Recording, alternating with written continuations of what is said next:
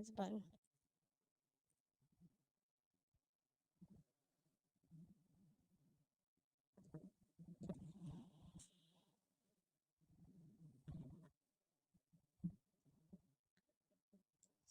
Someone in the chat confirm this works.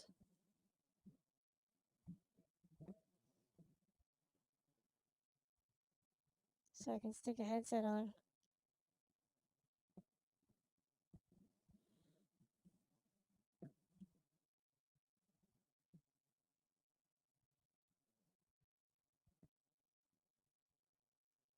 Anyone hear me?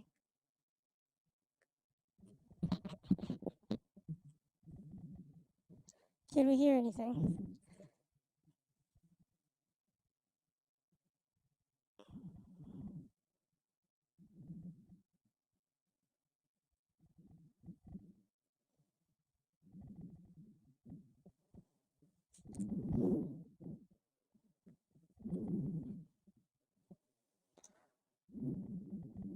Just waiting for confirmation that something's happening.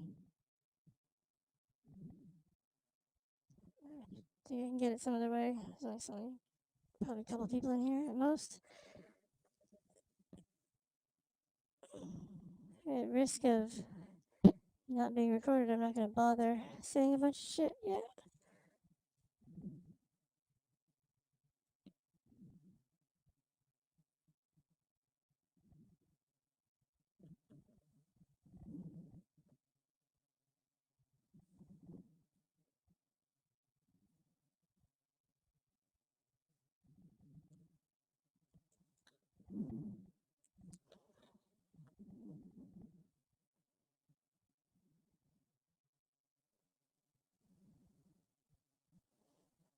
Alright, that should solve that problem, and it should be good to go. Okay, I have like no or minimal chat access. I can kind of see it, but I can't talk back. Huh?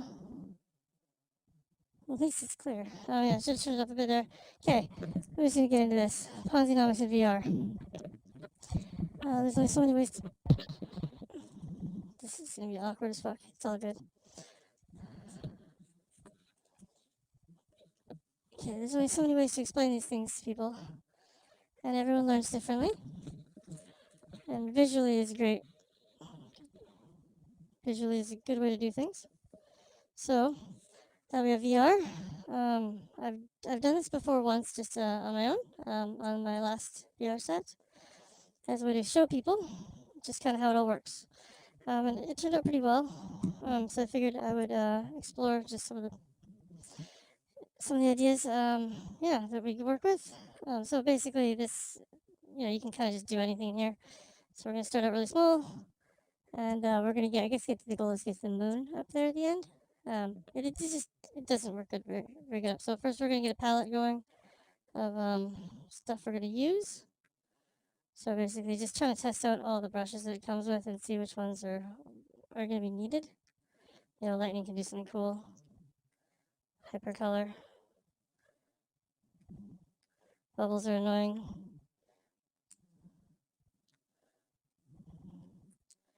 Things like that shoot a pulse through. It's just good for showing energy flow. I also want to touch on some more weird concepts, like mainly the concept of value and different ways we think about value, because in a lot of ways, like, that's what we're after. We're not actually after money when we trade. We're not after... Money is represented by number. How much number do you have? And you want to get more number. But what we're really after is value. We want to gain. Want to gain what we want. We all want different things. So because of that, just let me find which is the right diamond one to use. It's that one, and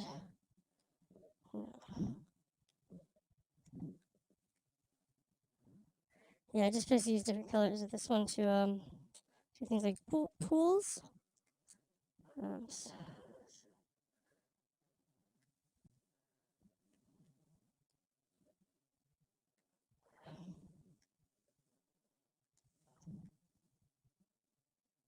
And then just a whole bunch of more weird things. This is another good one I like to use.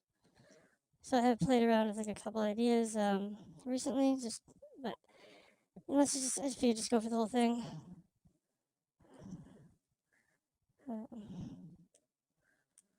So yeah, right now I'm just getting my palette out, and then the goal will be to, what is it?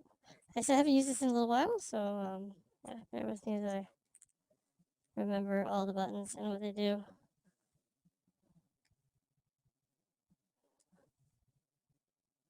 Yeah, and so that's that.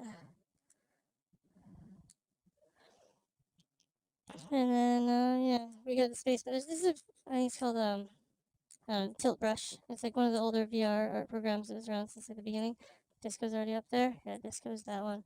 So we have different things in front of us. We're going to basically be changing the colors around and using these as our main brushes.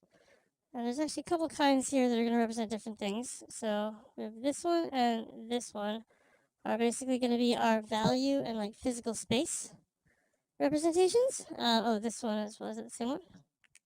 Yeah, this guy right here is the same one. So we can, I think, yeah, you can throw it away. And these ones will represent things happening. So this one's like, this one's like directional, so you can see it's going that way, right? Same as this one has an obvious, shot that way. And this one's just cool. It's all rainbow. So we don't need a lot of parts for this. And then we will need a bunch of colors. And to do that, we're going to use this weird, I think, yeah, disco. The disco one. And yeah, it's just some getting used to here. We'll be into it soon and actually doing stuff. So this should be fine, honestly.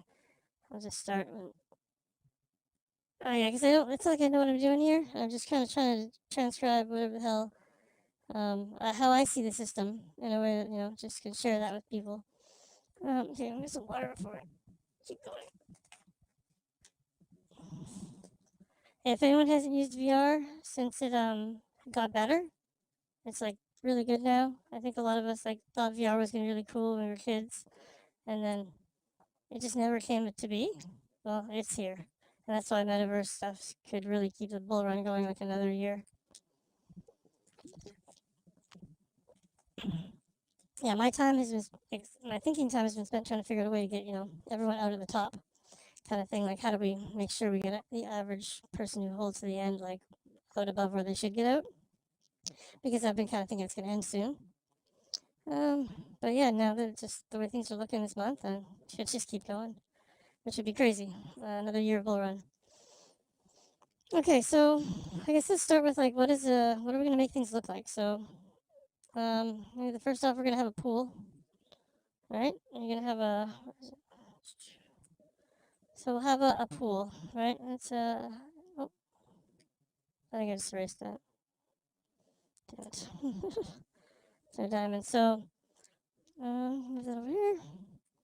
So just start like what does a pool look like? Alright. So a pool, it takes up space. I just do it like this.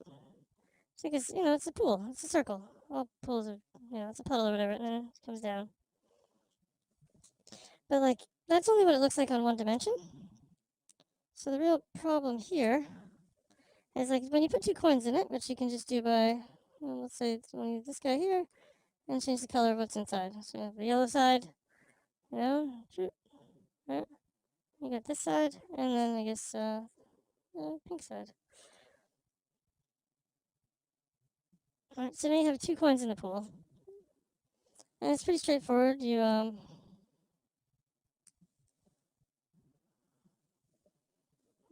pink, pulse. So you put this one in. Oh, that's the wrong brush. And sometimes picking those weird.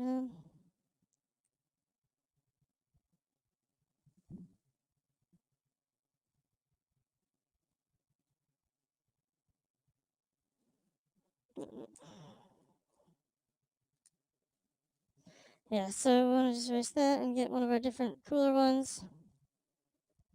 Which the selection just didn't like to work for me last time. I'm gonna pick the disco. No, the disco is for value.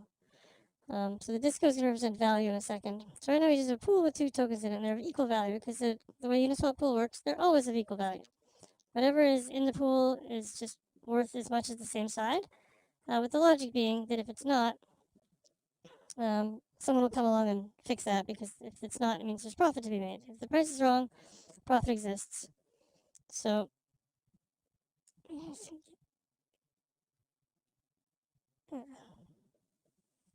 I have it though?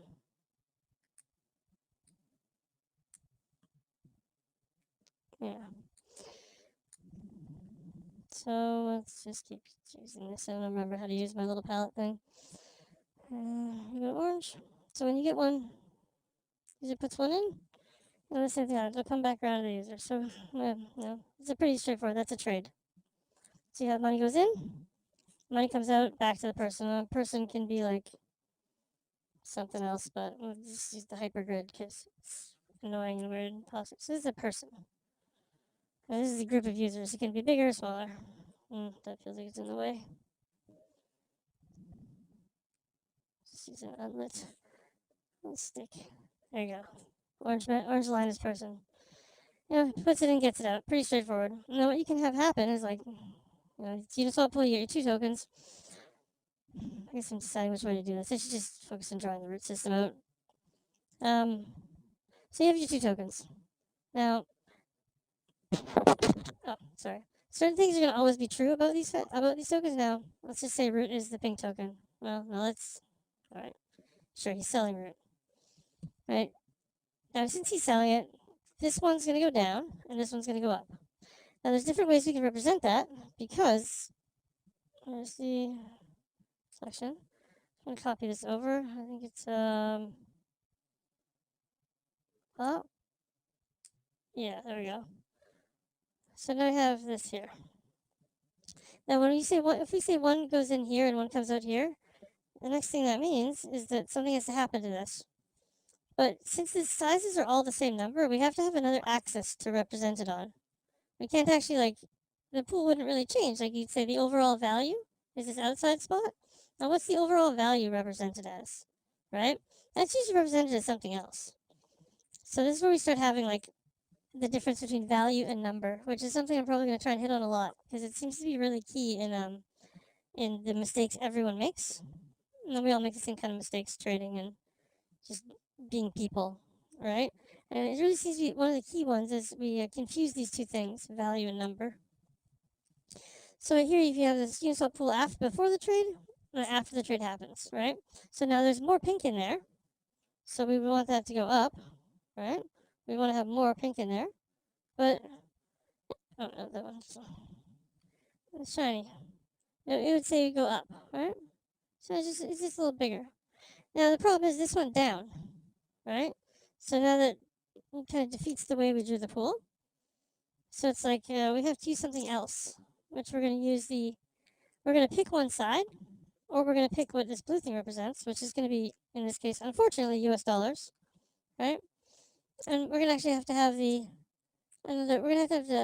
outside influence of the other pool show us the difference when this changes. So how we do that is we go here and go back to orange. And we say that now this one's bigger. The roots got sold in. Yeah, no, so it would be smaller in this case. So this can be USD. Yeah, I should have maybe planned more, but I've been wanting to do this for a while, and I just figured just go for it. I'll spend a couple hours doing this, and there'll be some tidbits of useful stuff. And by the end of it, we'll probably have a map of a few different things. So the pink went up, and the orange went down, but we want to show them both going either bigger or smaller. So over here, we're going to show the orange value, which is going to be our ETH value, right? Because we'll talk in terms of ETH and USD root. And we're going to use the same colors outside the blue. And we're going to represent the actual overall value that people care about. So the ETH to USD value, right? I don't know why USD is blue. Or ETH is orange or root is pink. It doesn't really matter. So over here we have the ETH to USD value. So what this means is when there's a trade here, how we represent this is based on how we decide to represent this. So we actually have to, you're always once removed unless you're trading directly in dollars. And something I've noticed is when you're not trading directly in dollars, it's way easier to trade with way larger amounts than you're used to. right? But every now and then there's this tipping point where you like come to realize the USD value of like what you're holding, and you're like, wow, that's so much. And then you make mistakes because so much is also determined on how you personally feel about this. So over here we had our trade where trade happened, and then we wanted to know how to represent the value difference. And to do that, we had to also look at the USD value of our one asset. So when we sell the root in, this actually doesn't get bigger. This would get smaller. Alright, so we're gonna go to eraser, sell an extra piece. Alright, so then we're gonna say this pool after this, the whole thing gets smaller. So we're gonna redraw the pool in a different way. And we're gonna go here, blue, and we're gonna say, okay, so now you just want it to be the same, and you want it to be slightly smaller. Alright, so now we have this now because there's less ETH in, because this is a dominant asset in the pair, because there's less ETH in, the root, I think I'm just gonna use all the invisible ones, it's a little harder to see. The root has less value as well. So just because someone took an act, the act of selling, the entire market, so we'll just say height represents price, right? So the market used to be up here, and now it's up here because someone sold. Curse them. Right, but we only knew to make this block smaller because we decided that this was our dominant coin because it's what's more paired against the coin we actually can use to gain value in our life. And the coin doesn't have the value, it's used to gain the value. I'm going to be parched for this whole thing.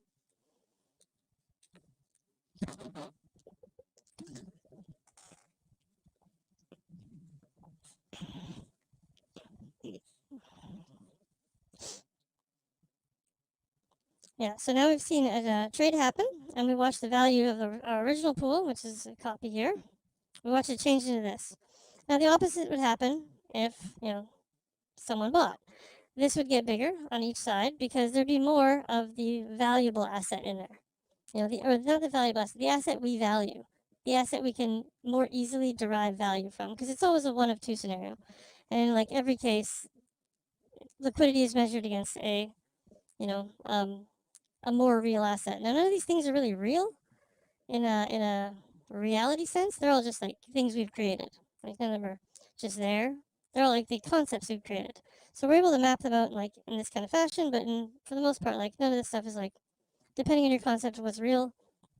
I guess that's a whole other side topic. So there's one other factor that we gotta look at here before we start getting into other looking things, and that's liquidity and what determines the size of this pool. So we have the pool represented as a circle, and we're going to have to either expand it or shrink it depending how much liquidity is in. So in this case, you have, I'll just draw a couple, it'll be obvious examples. So in the first one, you can have a large pool, right? It's like really thick, right? And the price is there. But you can also have a thin liquidity pool that's really tall. And on the inside, that would just, look like this. The one half, move that down. It's a terrible circle. Let's look at this angle so it looks all right. You have there, one side, and here the one side would be just there. Remember, the thickness is the overall value. The height is the price. In this case, we got red. We'll go to the other side. We'll just do pink again. So in this case, then we'd pick the valuable asset, and when we would change liquidity around, or when we change price, that's what would determine how it looked in the end. So we have like two different pools. This is a high price, low liquidity pool. So the price would move thicker because there's actually way less value in here. Both sides of the value, whichever one's represented, they're equal when they're in there. So whichever one we consider value, there's actually a lot less in here than there's in here. Right? You have this big thick spot. So in order for value to move around, you have to basically spread enough new value in that covers the surface area, and then you'd raise the price up or down by either extracting the value that we care about or putting value in that we don't. And this one, it would take a lot less, even though the price is there. So we have a couple of representations of pools, how the prices change, and just how some things happen. So yeah, so our show name is Tokenomics in VR. Ta-da! What else we got? So I guess we can get some green out now. So it gets confusing. We can get some green out now. We can talk about. So at Rootkit, we do basically crazy things to the liquidity. There's basically a whole lot of things that happen in with money and with the exchange of money, but there's actually only like a few, and it's like which ones we allow ourselves to tamper with kind of determines what the money can do. So our philosophy is to tamper with absolutely everything, and just then try and find new things to tamper with. And you really find that a lot of the stuff that hasn't been invented yet, it's more a case of people just haven't had the courage to do certain types of things. Like it turns out mint functions are extremely useful in a lot of like cases that could be also kept very safe. People are just afraid of them, so they don't ever get used. So builders often just like don't even consider like, hey, like what if we could just mint more tokens all the time and like burn them off and have elastic supply that way? Like people just don't think about those things because people don't want to see minting and burning, you know. But at the end of the day, it's a very useful thing that can like change the way a system works, because all numbers in the system are affected by other numbers or events that happen. So when a system is operating, when a system is going, anytime you affect one number, it's going to have effects on the other numbers in the system, and it's because of that we have like things like price changes. So if you put tokens in, the liquidity changes, the price changes. But there's like a few numbers changed. Both sides of the liquidity changed, the price changed, and then the event of that happening and the velocity of that event, how much it changed by, will also determine people's reaction to it. So like every event in a system, every time you change a single number, it's going to have effects on at least like 3 to 4 other numbers, and the amount you change the number by will have effects on the social layer, which is probably the more important part of all of this. Okay, we should show those the sizes to get in my way. Try to see what size we are. Okay, so we start again here. We're going to take this, make it a little smaller. So here we have our pool. Standard pool. Okay. It's got decent liquidity. But at root, we also have a secondary pool with all our tokens. It's kept at the same price. The concept of how we use the second pool has varied over time. It's much bigger. Right? It's actually a lot bigger. Oh, it's annoying. So this pool is a lot bigger, and it holds a lot more liquidity, but it doesn't hold the same type of liquidity. So we have a wrapped version of ETH in our token. So we're gonna put the value in the first pool. We're gonna, I guess, get the ETH can just be blue because it's easier that way. Right here, so we have the ETH on this side, which is like the real value of ETH.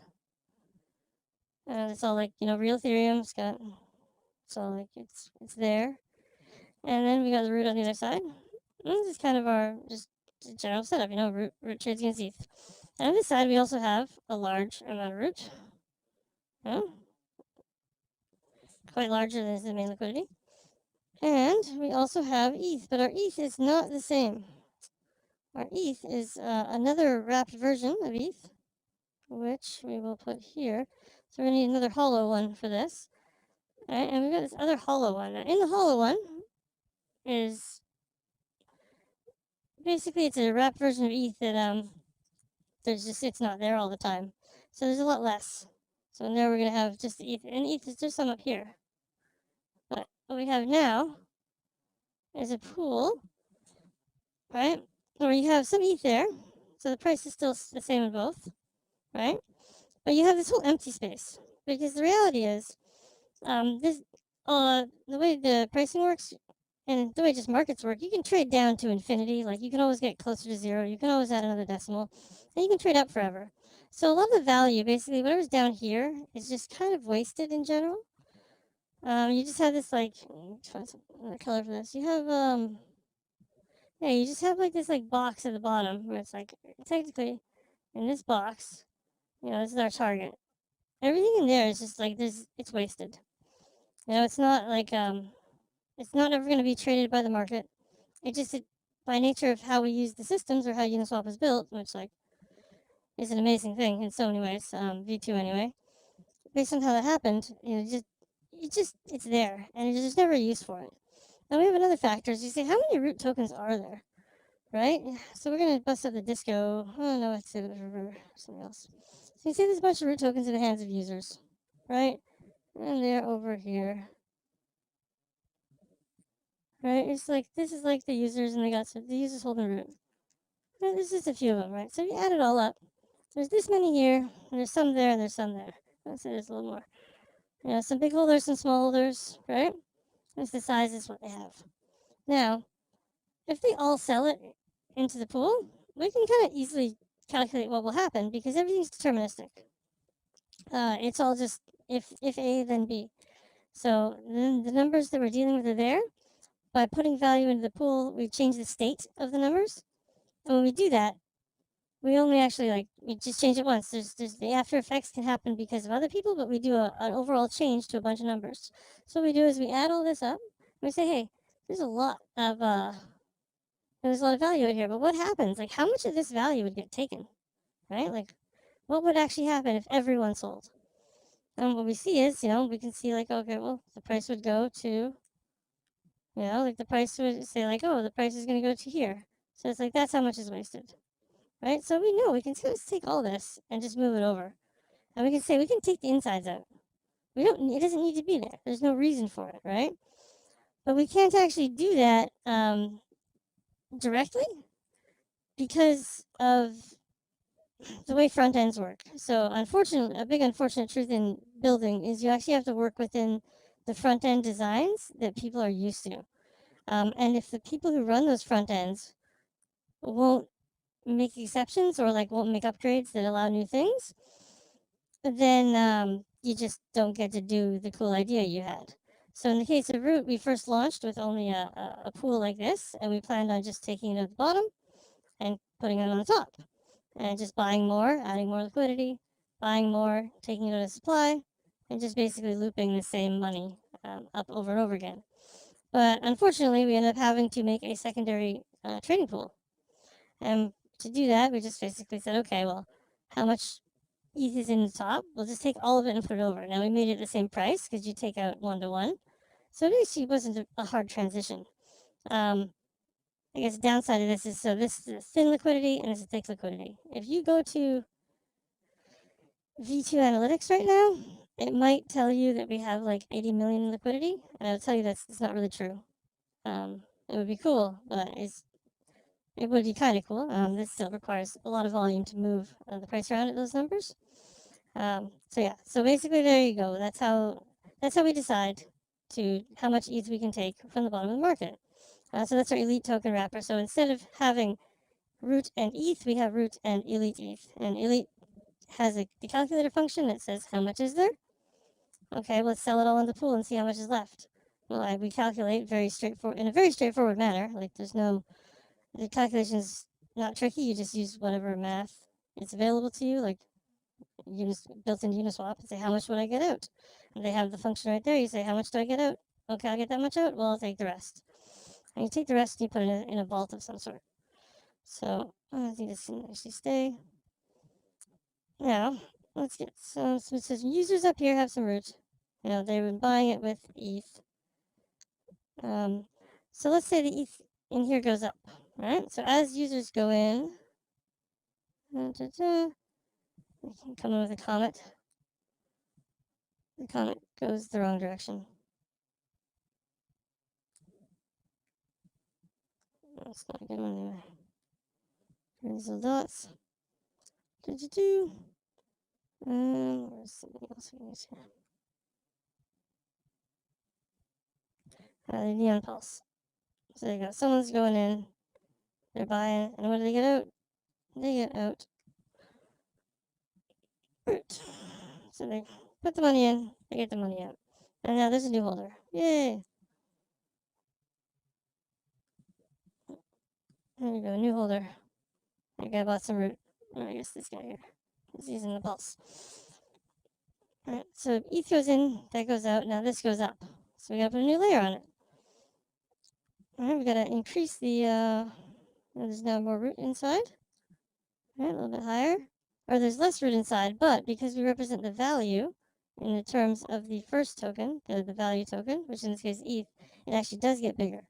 So that's one of the weirder things when trying to imagine these systems is there's just multiple axes where you have to determine which way you want it to go, or in the case of this, yeah, which way you want it to represent up and down, because we only have so many things. The other way we can do it is by changing the color of these as things happen, but that gets a little harder to understand, like adding the dimension of color, uh, as or adding the dimension of shade of color as an explainer. So we go here, we make our diamond a little bigger. It's blue. You know, it's like up here now. We got more value because ETH came in, and then put ETH in. All right, so now we've got more. A little off. A little off on my RGC value. There we go. Now it's bigger. So now the problem is this one over here. You know, it needs it's still down here, right? So we have to balance the prices through arbitrage. Now the problem there is that this pool ends up being a lot bigger because, you know, every time you sweep the value, you get, you know, the value comes out. You took this bottom part and you took it over to the vault. Then we'll add the vault into the design later. And right now we just got users and root token. The root ETH pool, the root Keth pool, and token. So what happens here? Let me see. This is also going. Actually, it's hard for me to check. Yeah, I just assume that something's working. Yeah, it seems like it's still going. If not, it'd be funny. So we have to bring these pools prices in alignment. So we're going to use our neon pulse.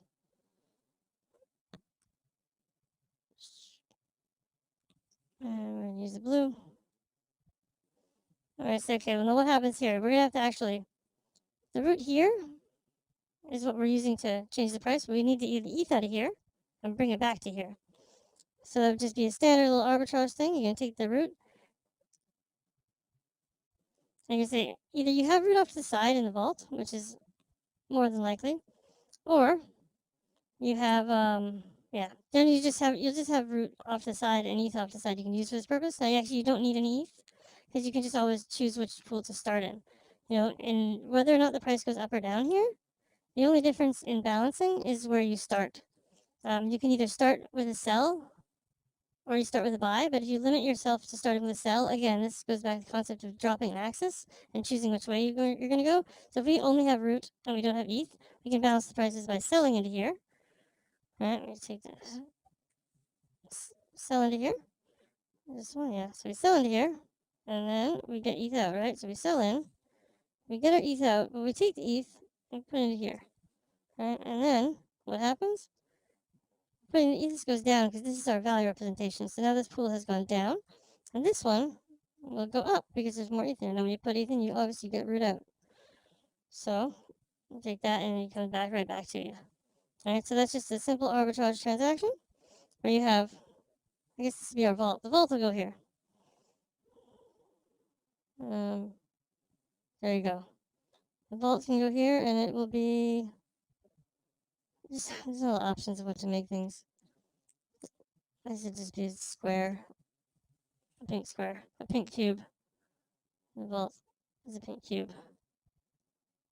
I shouldn't have said cube. Now I feel like obligated to try and actually draw one. Right? So the vaults will do things on 6 sides then. Alright, so here we have our users. They bought. The root holders, they bought with ETH. They took their ETH value, they put it in, and it came back out as root. The problem is the price went up. So then we had to arbitrage from our second pool to balance them. We used the value from the vault. We sold root into the pool to lower the price. We then took the ETH we got from that sell. We bought root back from this pool. And because I'm not gonna raise the price of that pool, but now there'll be more real ETH in here, and the empty space would still be the same. The other way we do it is when we want to sweep this value from the bottom, we actually have to move the liquidity into this pool first, putting the ETH in the wrapper and balancing, making sure the price is the same, making sure we have enough locked root. which also means that in reality, these two pools, I guess this is the other thing. So this is what it's like, right? This is what you can go interact with. There's a pool here, there's a pool here, there's value in these places. There's an, we take our ETH, we put it in the wrapper. So let's have to make a wrapper contract. Yeah, sorry, I didn't have more of a plan for doing all this. I just would rather get it done, early start, and then kind of figure out how I can do better next time. So just say this is our wrapper contract. It's going to be a circle with a circle inside it. All right. Now, so when we did this little arbitrage here, we couldn't actually, the ETH we bought couldn't actually be used to buy from this pool because this is wrapped again. So this is the WETH. You know, all ETH gets wrapped into WETH before it goes into a Uniswap pool. Just because the way Uniswap's built, it only deals with tokens. So when that ETH gets wrapped, it's already wrapped ETH. Well, we wrap it again in the Elite Wrapper, or Keth in this case, Rootkit ETH, because Reth didn't sound as good. But Reeth and Keith is basically, you know, he's our man. So we're gonna get the neon pulse out. We're gonna say actually this blue one doesn't exactly do that. It goes a little further, and it. I feel like it's pink. Yeah. There we go. Oh.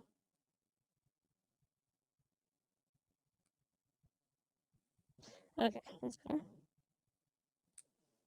So this doesn't come out there. This actually goes when we buy here. It comes out through here. Goes through that wrapper first. When it comes out of the other side, the wrapper, it's still ETH. It's just got an extra layer around it, so it's let's say it gets thicker. No, it's just got another layer on it. No, it's just a bigger wrapper. Oh, kind of lined up, right? So this is how we keep our system in line. Our two pools. Now, in reality, though, this is probably something good. So instead of we have one over here, which is what it looks like, but it's always good to show what it is, because you gotta remember behind everything is like the functional layer how something works is usually a lot more simple than it looks. So in this case, all of this action accomplishes one thing. It accomplishes having a pool that's big, there, thick, deep, and it doesn't actually have all real value in it. So it's just got root, a ton of root, and it's got a little bit of ETH. Not a little bit, but a little bit compared to the sum of the total, right? See, it doesn't have all these. It only has like to here. Right? And at the bottom it has, the empty, I guess you can lift it. The empty part, right? There's like 3 kinds in the pool now. Right? So that's all this over here, this entire thing just accomplishes this. We have one pool, there's a wrapper, there's a secondary balancing contract that reacts to user actions. This is all a byproduct of just how things work. We'd like it to be simple like this, right?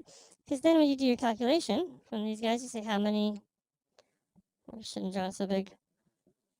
Yeah, you say how many, I don't know where the shrink, oh, I think I do. Here we go, we can shrink this.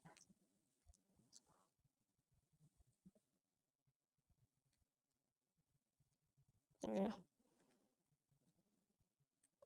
Alright, so all that is really just this one thing right here. All this, so this is our standard Uniswap over here. This is our standard Uniswap pool.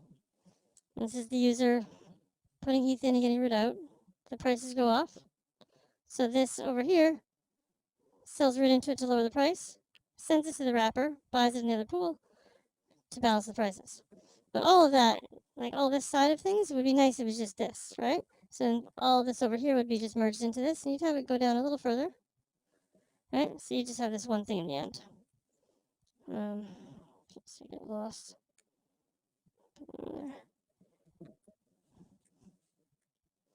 Then next, what else happens? So, transaction also takes a fee.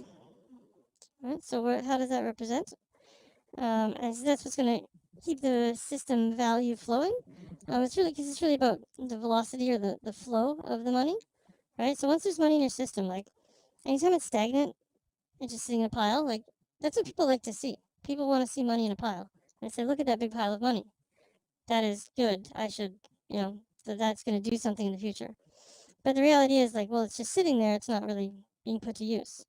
And just putting it to use in one side of your system can, bring it back. So you want to take fees and you want to use them to increase either people's like of your system or your system's actual functionality.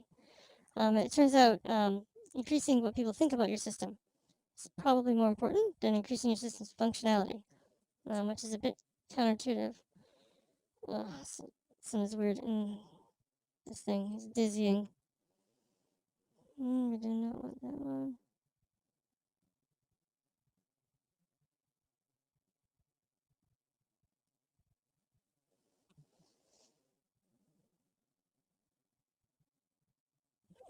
Sec. I'm literally dying of water starvation. Which has a real word. Ooh, dehydration, that's the one. Da, da, da. Okay.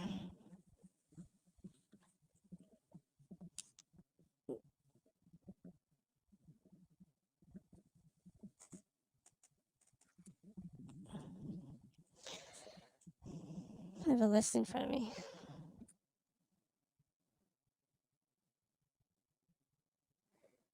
So swapping, base. I guess the base token transfer, we just kind of skipped over that. That's this line.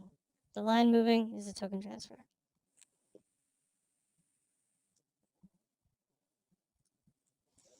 All right. Next, we will. This one. Okay, we can do the fees getting taken off. Where do they go, and what happens to them? All right. So every time you see this root pulse, or the green pulse, which is a root transfer, what's happening is it's changing from one person to another. Right? It's changing hands in some way. This is weird. There's just the color, I guess, works in two ways, and I've never used the two-dimensional color here before, so yeah. So we're gonna have the neon pulse. We're just gonna do a transaction. So this is gonna be one little map. And look, we looked at those things, we learned something. And let's make another one. Using different pieces and on a different scale. So now we will look at, let's put it over there further actually. We'll look at a transaction and what does it look like? Now we got this big neon pulse. So the value goes, it's almost too annoying. Shrink it.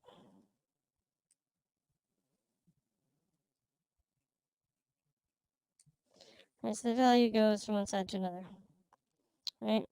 But as it does that, you have this. Actually, it gets the person in their index receives less, so it gets smaller because a portion of it gets taken off to the side. So the user still gets, most of it, slightly less, right? I can move that over. All right, so there's a little. Oh look, we took some from the transaction.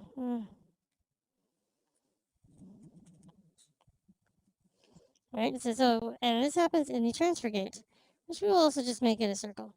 Its transfer gate is just it's a way we have of putting in fees that's upgradable or changeable. So, oh, hold on.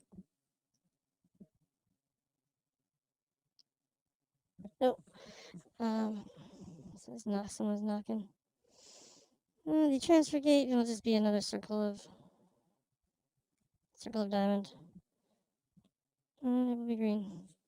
It basically says, hey, when you get there, it says, all right, what are the rules?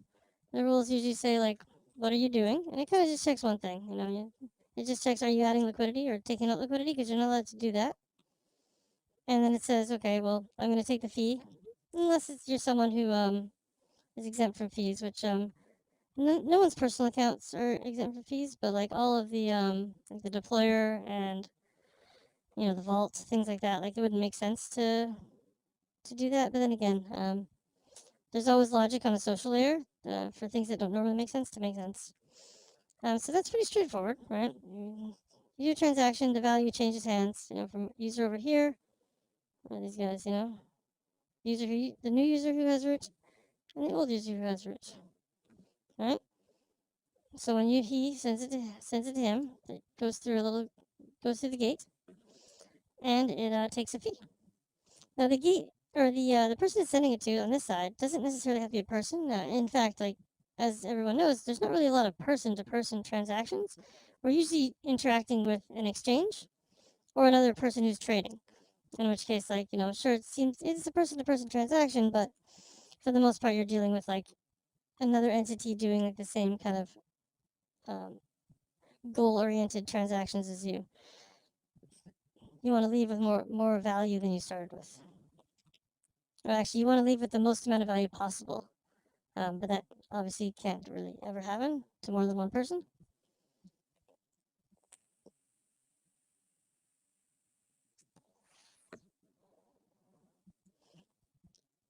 So the next time I do one of these, I'm already in biggest dinosaur mode. So it doesn't get any smaller than that. So we'll shrink this. Yeah, the next time I do one of these, it'll be with a little more planning, and if I have somebody with me to do questions and stuff, and keep me on track. When our value leaves, where does it go? Our value goes to another contract, which you call our fee splitter. And the fee splitter is like it's somewhat generic, but it's like very useful. You can just determine what percent of fees goes to what person, and it has the added benefit of when you have right now people do a lot of things with their fees. Now this doesn't matter on non-Ethereum networks, but we have one exit path for our fees. There's most of the value goes where it's going, and the rest of the value goes off the side. Now a lot of people or a lot of tokens have different things that happen. So they'll have when a transaction happens, we got some fees, then we got this goes to get burned, this goes to reflections, and this goes to the marketing wallet, and this goes to the dev wallet, right? You get all these different things happening. So it makes the transaction really complex. And what the fee splitter does is it says you don't have to do all those here. You can still do them all, but you can do them all at the same time after the fact. So I'll just use pick over here. So instead, we put those here all at once. Now, instead of happening every single time, these build up as transactions come through. And I don't know, they're all going to be green cubes. Right? Now it comes through, and now it can go to all the different places in a group. That's why these are bigger, right? Because this came through small amounts. You don't really want to do a complex transaction. I know a lot of that's kind of gone out the window. With just, I guess, once Ethereum became, for lack of a better word, like broken for normal users, which it is like still currently pretty broken for normal users. Like you can't do $10 transactions, $50 transactions, and that's on a good day. Like that's just a send, and swaps $100 on average at least these days. I don't know. It's been a while since I actually traded there. So you just have this. You want to consolidate things. So you want them to collect somewhere off the side, and when they do collect, you can say what happens to them. You don't always want the token you have collected. You don't always want your base token or your created token, right? So in our lingo, the base token is the token we're paired against. Or no, base, elite, and paired. Yeah. So we had I don't even know my own lingo anymore. Basically, you just don't want to always collect your own token because the only way to extract value from your own token is to sell your own token into your own market, and users, then the price goes down, and no one likes that. So what the fee splitter can do is it can kind of abstract that away and just say, as you're paying out fees, some of these, can go to where they go. So in root we have, I'm going to put these in different directions.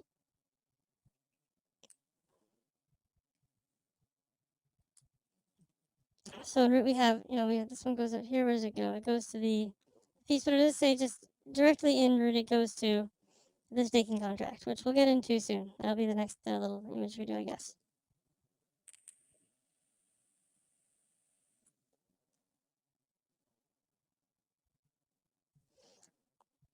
Yeah, so, that's wrong.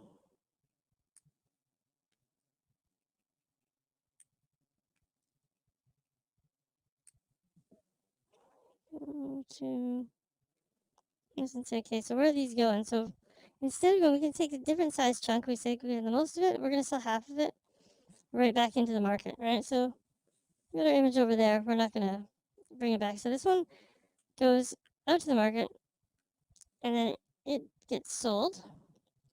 We'll do our quick pool. There's our pool. It gets sold, and ETH comes out the other side. There we go. Finally getting faster, this thing. And ETH comes out the other side. And from there, we can also split it again. So that actually goes right back to the fee splitter. And then we can actually do the rest of the split. So the start of the split, it sells half and says, okay, who needs ETH? And who needs something else? So we have all the value in here. We say, okay, we're going to take the ETH and we're going to put it out to, the dev wallet, because I created this because I could never sell the dev cut into the pool because I always felt bad. So I was like, if it just happens when other people press the button, it's better. So the devs can get theirs. So we're adding marketing vault, marketing vault, because that's super important. So we'll send some to the devs, send some to the marketing vault, and send some to the NFT staking contract, because that collects in the base token of the chain. We don't send any to the vault though. So our vault doesn't collect value directly because of our ability to sweep the pairs. We don't have to sell this into our, because then you're just selling it into the market to buy back later, which is technically useful in some interesting ways because of how social things are. But at the end of the day, you're still dumping on the bros, and you never want to dump on the bros because you guys are why we're here. And while we keep going, it's like if we don't all make it, it doesn't count. We have it's way harder to get rich than it seems in crypto. So the goal is to just make it easy and make copyable systems that make it easy for other people. Varying degrees of success so far. And then you also have the root coming out. So you we're reading that. And then you also have it coming out. There's at least one that comes out to burn, and that's how our vault gets the value. So our vault, let's say this one just goes raw. It's on fire. It goes over there and it explodes. It's a cool little fire. Maybe a few more. There we go. So that's the burn. And here is, a couple of the root goes to staking contract. And I guess, that's probably it. Somewhere else. So that's like a transaction here. Basically, is a normal transaction with one little cutoff. And we have one separate transaction that does this whole little thing that you wouldn't be able to do otherwise, really. You couldn't actually do this, the conversion back and everything, and then split it off to an unlimited number of addresses without a secondary thing that happens. So you have one action here, user A sends tokens to user B, right? And then a fee gets collected. Now, as the fees get collected, anyone can come along and say, hey, I want the fees to be paid out. And what that'll do is some will get burned off, which will increase the amount the vault can take from the bottom of the floor. It does this because it reduces the circulation. So every time there's a burn, there's less supply. And as we remember, what was the other thing? As we come over here, right? As you remember, this is the supply. So however much there is here determines however much we can take from the bottom, right? Because we know that when we sell all of it into here, we're only going to take so much ETH out. Only going to take so much, right? So it's like every time we burn some, we can take a little bit more, right? Just go back this way. It's like a rowboat. I don't know if I've ever been in a rowboat. I guess maybe. So here we have this kind of transaction and fee splitting action, right? So we can probably merge some of this back onto our original design without incorporating all of the craziness. So yeah, why don't we do that? So the pink is our vault. So the transaction happens over here. Jeez, sounds weird to turn.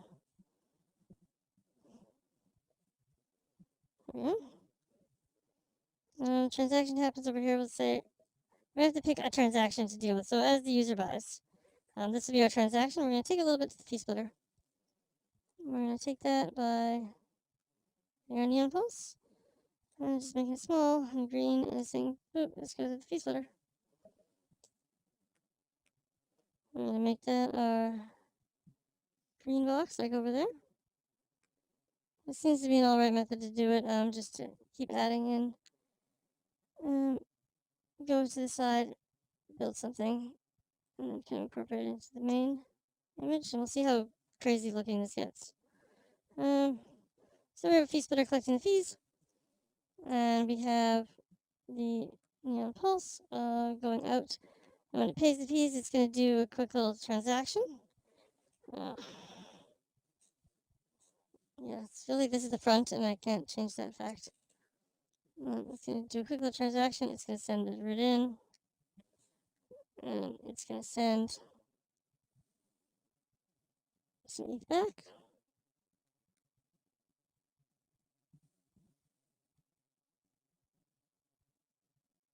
Yeah, why is it like double layer colored? I don't understand how that's happening. Yeah, so it's going to send some ETH back. Now, what's going to happen? Here's the burn. So we can show the burn going to the vault. If the green comes out, and it gets burned off. And then the vault actually gains the value because the circulating goes down. Alright, so we're just going to keep these next to each other as a way to represent that there is like a third order effect almost, or maybe fourth, just because it requires a number changes because this happens. So first we're going to put a burn in. Yeah, we put a burn in, and that just happens. Now this actually gets bigger because when we do the calculation, which we never put a calculator in, I don't think we need to. No, when we do the calculation, more can be released because this happens. So that has an effect on that, even though they're kind of not together.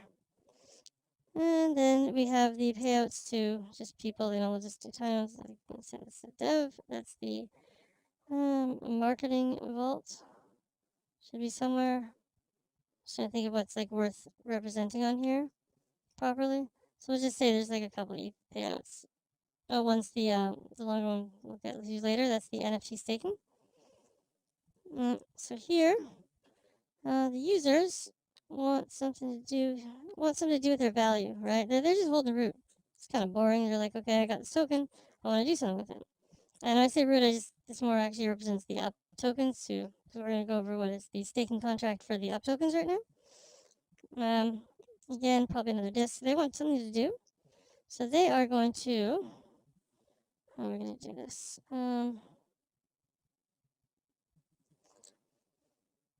They're going to want to do something. So they come over here. And so we'll do it like this. Again. Alright, they want something to do. Now, they put their root in here. And what happens, right? So this is a weird one because we have to show time now as well. I guess this was a alright way to do it. You have the value, and we're also going to include the value they put in, and then, no. So when they put this in, they get another token out. Here, I need to think. I'm going to draw this.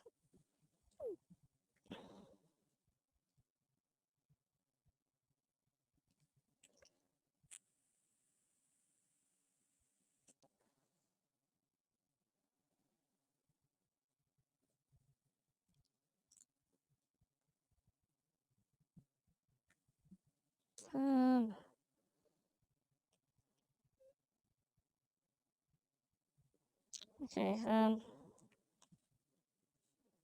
so for this, we'll say as they put in, the value is, no, I need to think more.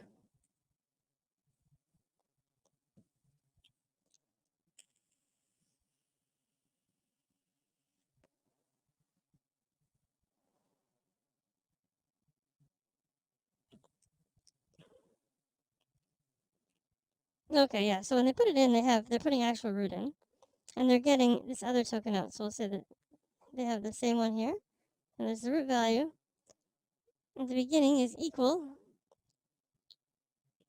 to tokens. This is user root, and this is total root, or up tokens. All the up tokens are called rootkit, because I think I'm a bit of a jerk, because I just named all my tokens the same thing.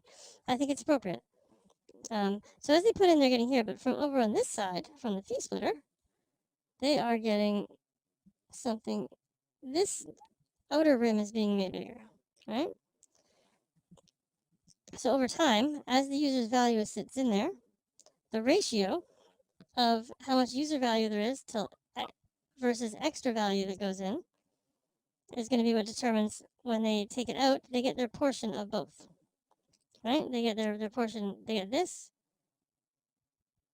Is it that? No. Yeah, so while they're in it, I figure a better way to say that. Yeah, so they put the root in, and the extra root comes in. So both of these here represent root. Now their stake in it when they put it in is the same, but this, however much comes in from the fee splitter, while their tokens are in here, it's going to increase this at the same rate for everybody. And, so it's more like how much everyone's is going to increase at the same rate. It's basically a compounding staking system. It's based on XSushi, which is like super elegant. It's just the mechanic. There's like no functions.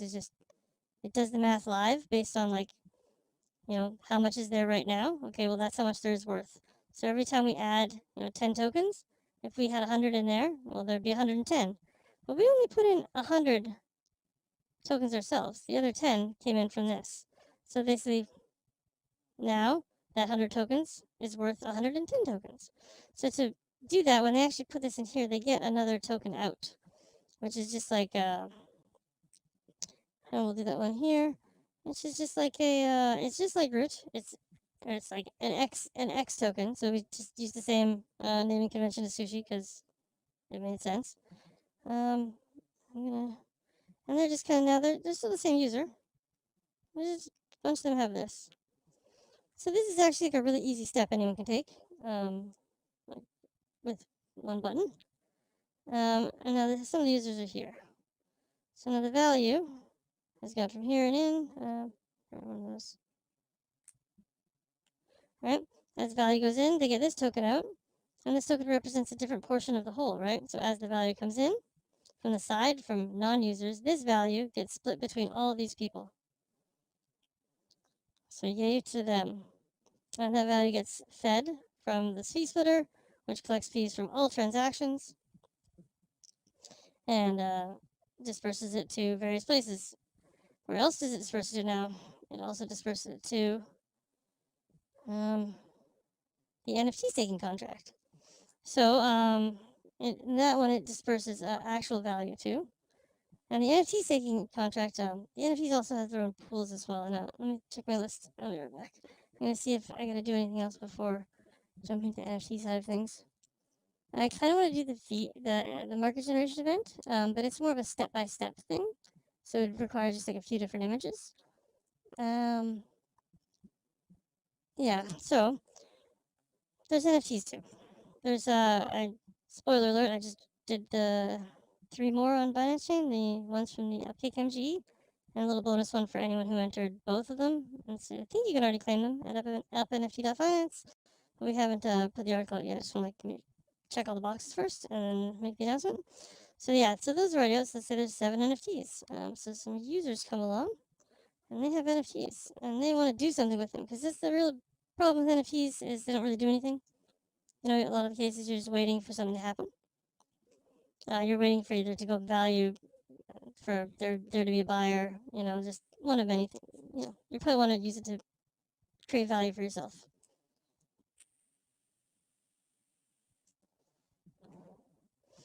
So with that in mind, we basically wanted to make sure that when we did put out NFTs, which seemed inevitable, so we went for it, that they would do something and have some, abilities or just activity. So we have our Vault in pink already, NFT, and we have our staking contract over here. NFT vaults can be, or NFT staking contract can be red. So and it's also a cube. They're all cubes. That's too big.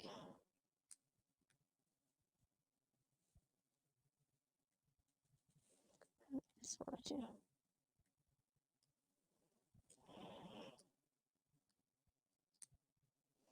Right, so how do you get your NFTs is, so this part, all this I've kind of drawn before, and I've done like the Noctilily connection map, So I guess we can do that as a simple one.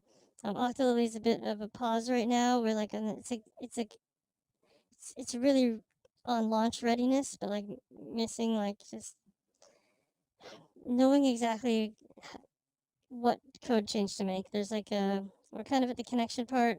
It's like we're Octolily's in a weird place. We have a lot of projects, so that will come back. Just waiting for like the answer to come to me. To be honest, that's literally what I'm waiting for. So for now, we have people who want NFTs. Where do you get them? Well, you can trade them on. I guess I need some to represent NFT now. Okay, let's just do. Just make them. So you can take your NFTs. People are staking in here. Those are staked NFTs. Right? Now, how do they get them? Well, when you participate in our market generation event, there's a place to claim an NFT, which you can go do right now if you're in the Upcake market generation event. And so there's a bunch of them, and they're in a box of some sort. Let's make it a red box, because the staking numbers is red. Right, so these are like a bunch of NFTs in a red box, right? It's just waiting for users to come along and claim them.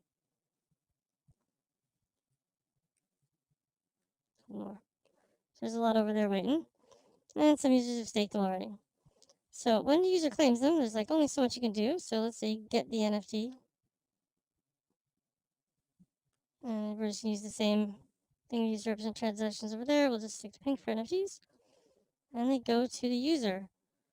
Now you have a bunch of users with NFTs.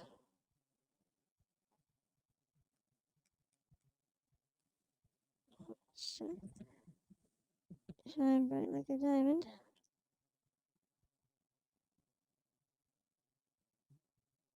Oh, it died a long time ago. Nope. Okay. Either way, I think it's recording on the side thing anyway, so I can review it later. So all these used NFTs, they want something to do with it. So let's say they could list it on a market, right? Which will be something. No. Well, let's just say what they can do with it within our system. So this one user can take 3 NFTs and upgrade them to a cooler one. So that's just something simple you can do. What I think I really need to do next time is figure out a different shape for each contract type, and then try and get this going in like a different type of system app and do a pre-recorded video. This was just kind of off the cuff. I decided to go for it because I've wanted to do something like this for a while. So everything's pretty much the same shape today. So 3 NFTs can go and become a bigger one. Right, let's make it bigger. Right. So it's like a bigger NFT. That means it's better. Alright, so that takes 3. You get 1, 2, 3. 1, 2, 3. 3? So it's like numbers showed up. I didn't normally see them before. Okay, yeah. I thought that was voice activated for a second. That's fine. Shrink it. Right. So when you have one user puts in 3 of these things to here,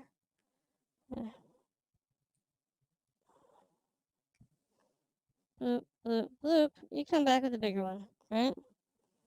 And you can take that bigger one, and you can of course also stake it in the staking contract. Right, you can put that in there. So now when you do that, you're collecting the value from the system now, but it wouldn't, like, let's just say, like, I'm pretty sure it would be fair to just take the value from the main trades, for this NFT system that's, stuff's happening with it. It's like there's upgrading. These guns can also be staked directly, right? So all these things are getting staked, and they're taking fees from over here. So it's like, that's not cool. We need other ways to take fees from the NFTs. So now, of course, when users trade them, there's like a fee, right? But that's like not as reliable. So what we made is a way for users to trade them in a pool, because pools are how we're all used to trading.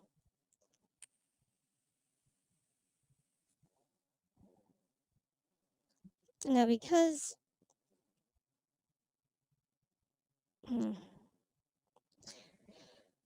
one moment.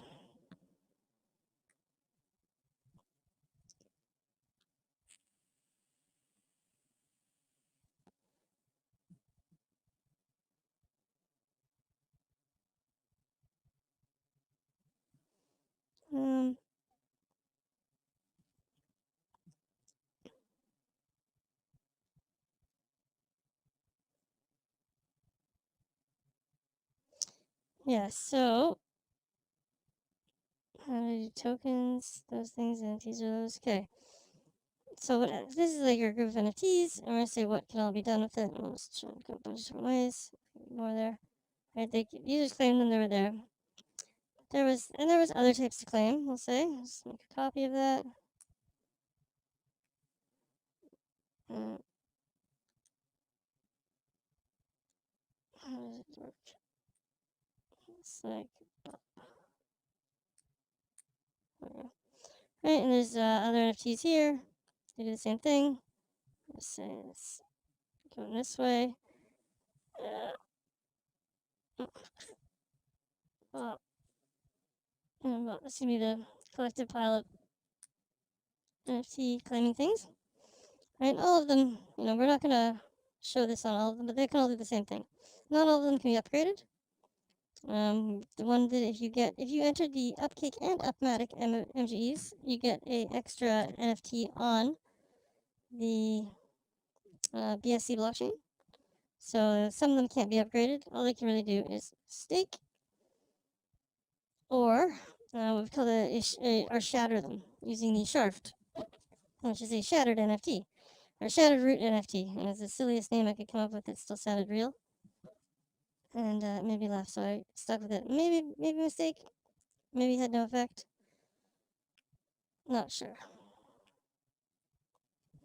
So over here is just they're gonna be the same color, but this one has no upgrade system, so you can either stake it or you can. Yeah, okay, so this will be the main show. And this can go away.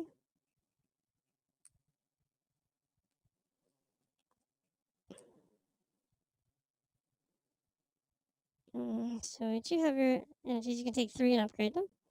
You can also take the upgraded one or the individual one, or this applies to any of our NFTs. And you can take them to the Sharft contract, which will use the sphere type again. And so what happens when you take it? And you say, okay, we're gonna put them here. What happens when you go through this little portal thing? Well, when you go in one, you go in with your NFT, you actually come out with a lot of tokens instead. So once you get in there, I'm gonna make that thicker. So you take a big NFT and go, oh, this is a big one.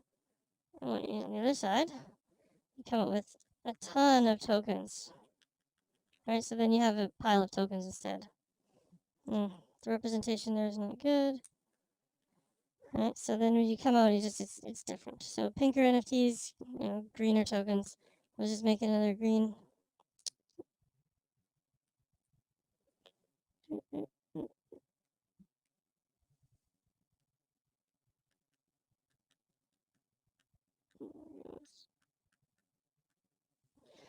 We got another green one, so now it's a token. Yeah, now it's smaller, right? So now you have these tokens. Well, what do you do with the tokens? Well, of course, you want to put them in a pool. So we can go back and say, well, what value do we want to pair them against? Well, we probably want them against our real value, right?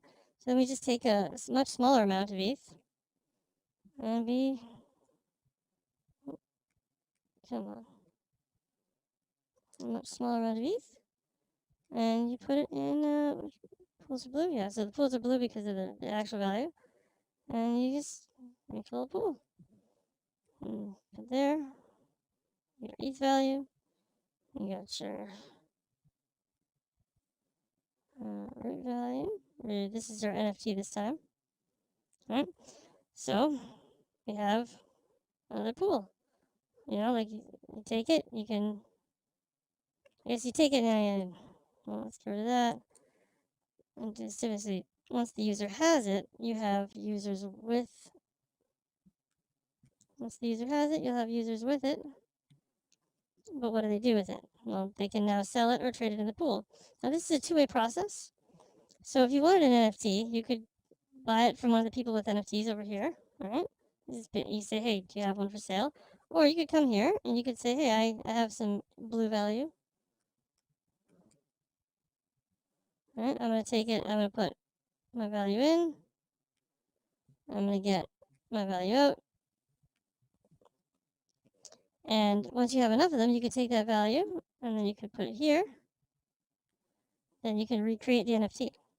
So basically, there's a certain number of tokens you get for doing it, and the difference is very small, right? So this is just the user.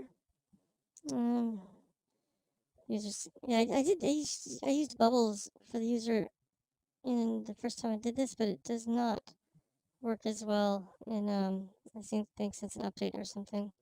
And just the bubbles go everywhere, or at the wrong scale. So yeah, so the user can put it back, and once you bring it back, you can then just make the NFT again, and then you have one. It's just a two-way process. So there, make it pink, make it bigger, it's an NFT again, and it goes back here. And so now you've bigger than last time. So now you've shown the process. Basically, you can create tokens, as many as you want. And this is, that's where the value pile comes in. I finally get to use this guy. The disco. The disco is a value amount, so it's a liquid amount of value. It's kind of just like this blob, right? So then you take the tokens, which is like the value. You say, okay, well now I have this thing. I can sell it. So you can sell your NFT in chunks. Basically, this creates a Uniswap markets for NFTs, which are like very useful and good. The huge downside is that it's like not very suited for one-of-ones, which is where the real the value flows in NFTs. It's like the rarity. It determines how good it is. So you have this system where if you have enough NFTs, because of the way the Uniswap pricing works, you can just basically throw them in a market. All our NFTs have markets, so we have a total of 7 of these. So we have 7 different NFTs that you can then stake and whatnot. And this way, we can get our fees back from without affecting the overall system.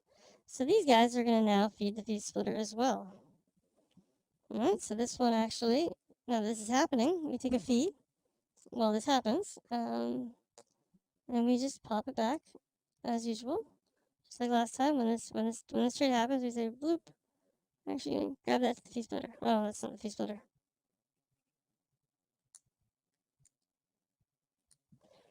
Grab this one, make it tiny. So when this happens, we're just gonna sidetrack a bunch back to the fee splitter and put it in.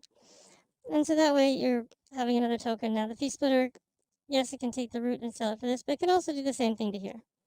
So everything it does here, selling the fees, getting the real value, and splitting them off, we can make that setting for each coin. So each of these is a coin. That's 7, but they are all much smaller markets. So the idea being in a balancing overall way, like yes, this takes a bit of the value of the fees. Like maybe I actually haven't said it yet. That's like high on the list to do. It was one of the things I was like, oh, I'll do that before stream, do this before I stream, and then I just kept delaying doing this. So I figured I'd just start.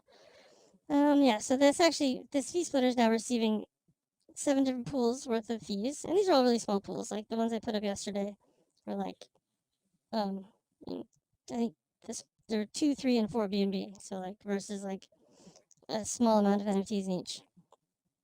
So if you wanted to, you could buy the NFTs that way. You could buy them from people. You can create them and uncreate them. And then you can stake them. And then some of them can also be upgraded. And again, the upgraded version has all this stuff too. And then what happens? So then we make more than one system, I guess. So then we have all this going on. So this is up B&B. We just added Upkick. So now we have this whole system here basically duplicated, right? So now there's 2 of these and 7 of these. My scaling is clearly way off. I'm going to disconnect these and just shrink it.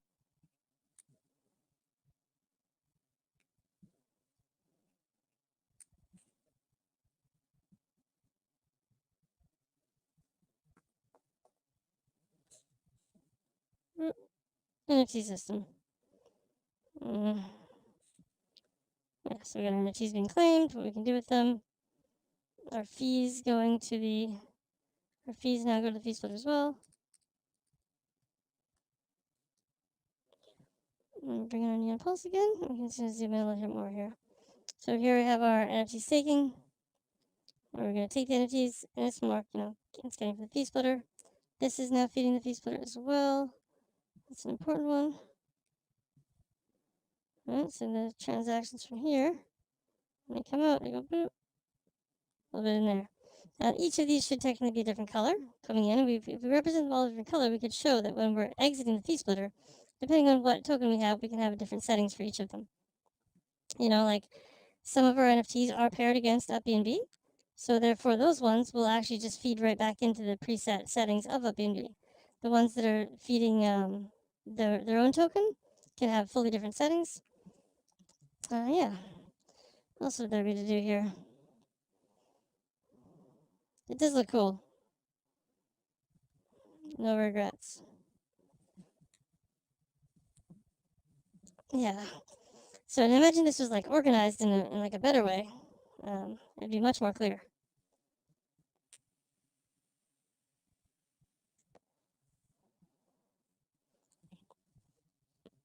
Okay, I think I'm gonna take a sidebar now over here.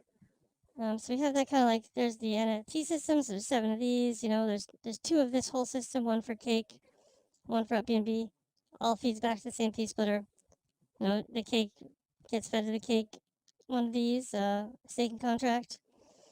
The UpBnB gets fed to the UpBnB. And yeah, that's kind of that's a little overview of I guess the main system at a non-technical level. These are just like the functional parts that users can interact with. So you'll notice this. I think early on I tapped on it more. Is just the concept of value and number. So another big one is when we're dealing with these like systems. Once you put money in the system and you have the system's money, stuff that happens completely elsewhere is going to change the system, even though it's not related directly at all. You're going to have, basically the main and easy to make point is the USD price changing. In the ETH USD price changing or the BNB USD price changing.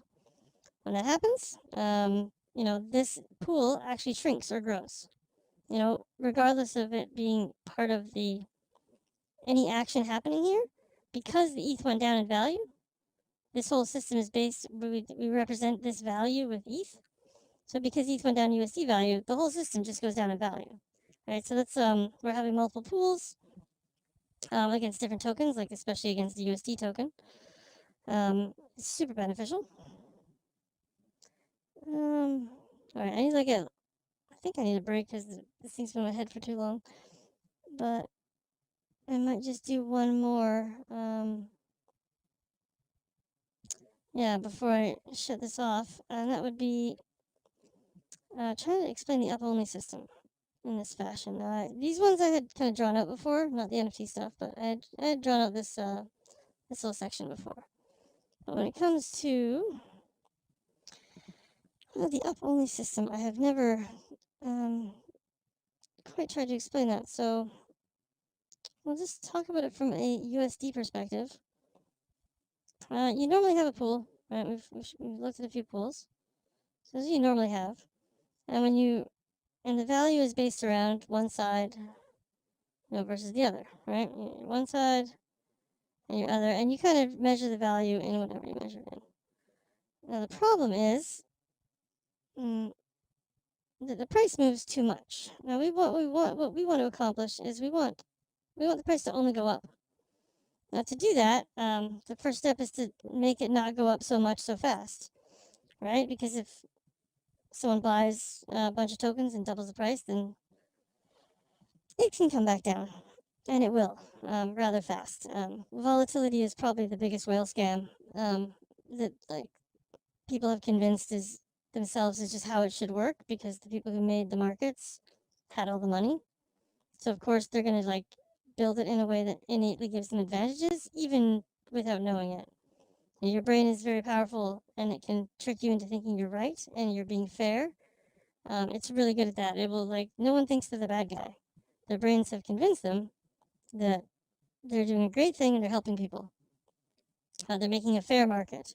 The accredited investor rules that keep out people without if you don't have 100K on hand, you're not allowed to invest in this type of things. The people who locked everyone out of that with those rules, they really believe that they are keeping people safe with those rules, even though they're dumping 100x valuations on them all the time.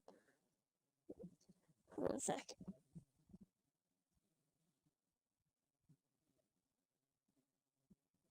All right, I'll be right back, I think.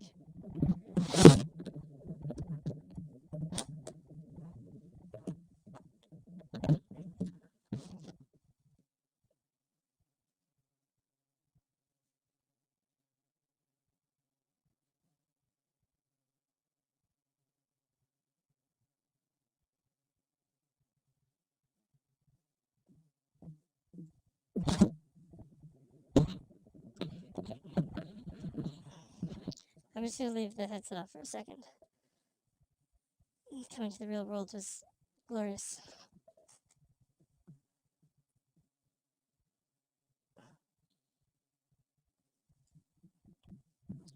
Okay, well, I'm glad it still seems to be working and watching, and there's still a couple people here.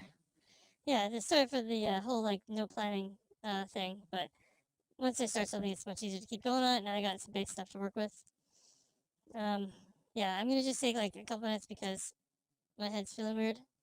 Um, Sitting in, yeah, I'll be back. Yeah, something like that. Yeah, see you guys in a sec.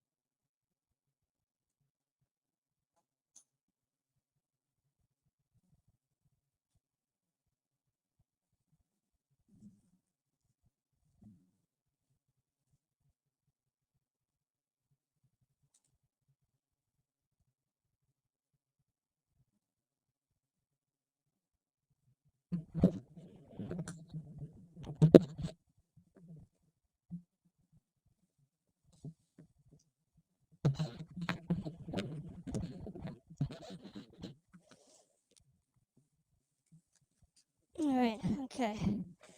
Where was I?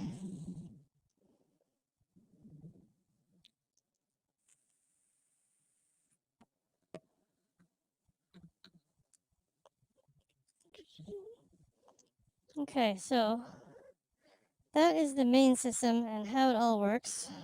And anything else around I need? And we're going over to somewhere else, but I lost it. There we go. Standard pool, standard pricing. One side determines the other. However much is in both, they are equal. And that's just how it is. However much enters, some leaves. Now, the thickness of the liquidity will determine price movements based on how much comes in. So if the liquidity is thicker, the price will move less. If the liquidity is more, if the liquidity is less, the price will move more. But we don't want that. We want to make it only go up, right? We want to kind of change the way it all works. So we have to just kind of reimagine at a very base level, like how we're dealing with markets and what's happening in them. Now, one of the big aspects is supply. There is usually a limited number of coins, or a fixed number, or a fixed number that will be reached in the future. So there's either a max now, or there will be a max later. It's very rare that coins are just, these days anyway, that are just, minted and burned on for any reason. Like, just people don't change the supply once the coin's made. Like, they don't have, they do have dynamic supply in the form of rebase, but that's like more of a separate thing that affects everybody in a unique way. And I think a lot of the things like rebase is actually could probably be related to what we're about to look at. In a weird way, you could probably accomplish the same thing, but not with volatility. I don't know. Maybe I don't know enough about the rebase mechanic or how the implementations work. But here you can see that the problem is every time someone buys, they go. So we just have to say that the way the market works has to change. So our new coin, we will have. I've never drawn this in VR before, so I don't really know what it's gonna look like. Just kind of play along, and see what happens. We'll use the value in the disco. All right, we have users with. Let's give them ETH. Make it blue. Right. This big glob of ETH is like a lot of ETH, right? Like tons of money. And then you have the other side. You have the contract, which we will be probably go with the circle again and go with green. And yeah, make it smaller. So we have here. So now we say, okay, this is our contract. And when value passes through our contract, what happens? The contract now holds the value. So this will just make the portal to the other side. And yeah, this is the before the money was in our contract. This is after, right? So it goes in. It's the disco, so it's gonna float in. And when it goes in there, it's now part of the system. So what happens? The system then creates the tokens on the spot for the user. Right. So the system now is going to continue. It's going to hold the value, and as value flows in, it's all going to kind of go to the same place, right? So this is users coming into the system various times, and now there's a wall of value in the system as well, right? So as it enters and leaves, or this will be it enters on this side, we'll do leaves down here. So as it enters, the other value is returned to the user in the form of the up-only token. And we have that as, I guess we'll just stay disco. No, we'll have to do it differently. Let's go neon again, neon green. So when they do that, they put this in, the system takes that and this goes back out to them. Right, so they get one in, they get one out, right? Same value. So now this has here, there's no actual tokens that exist on the inside the system. It doesn't need any to exist. Because they just would exist and not do anything, right? They would just be sitting around in the system. So we're not talking about a Uniswap pool this time. We're just talking about a separate concept where as value flows in, now this value is represented in ETH right now, but it could be anything, right? We actually make pairs, we have up-only pairs against 5 or 6 different things already, like USD, Matic, Cake, not Cake, BNB, Avalanche. I don't know, there's I think another one too. So basically, we have those pairs against everything. So because when we make the pair, we don't actually need to make the token or have any value. We just have to make the contract, and when users put value in, it gets collected. Users put value in, they get tokens out. Now, what matters on the other axis is how many of each thing there is, right? So what happens is we have to have a separate layer.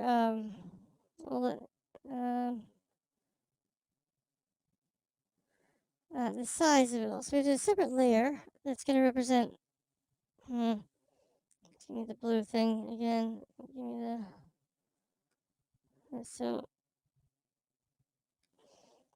So this was step one, right? You put value in. So now there's this much value.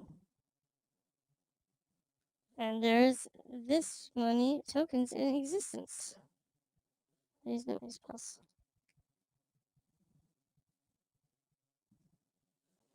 Does it make a good value spot?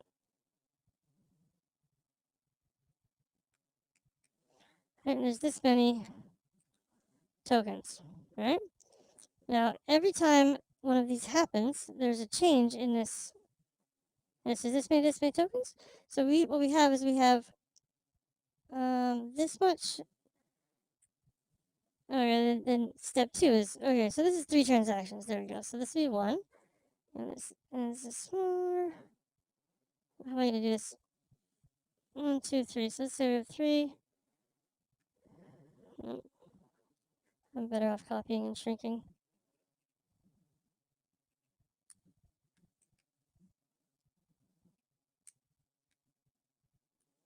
I'm gonna look at this through 3 phases.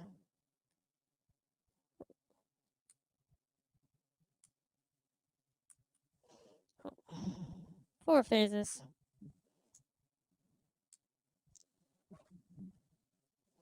Now first, the value comes in, and they have this much. There's an equal amount, right? But then the next time someone transacts, it's not actually equal every time.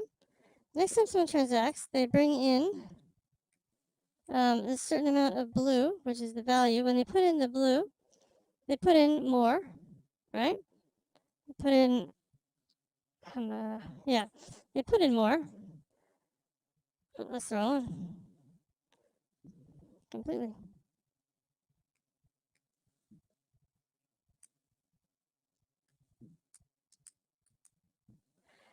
They put in more of this, and this gets this much bigger, and then it gets this much bigger, and then it gets this much bigger. When that happens, this one over here, it gets this much bigger, and this much bigger, and this much bigger, right?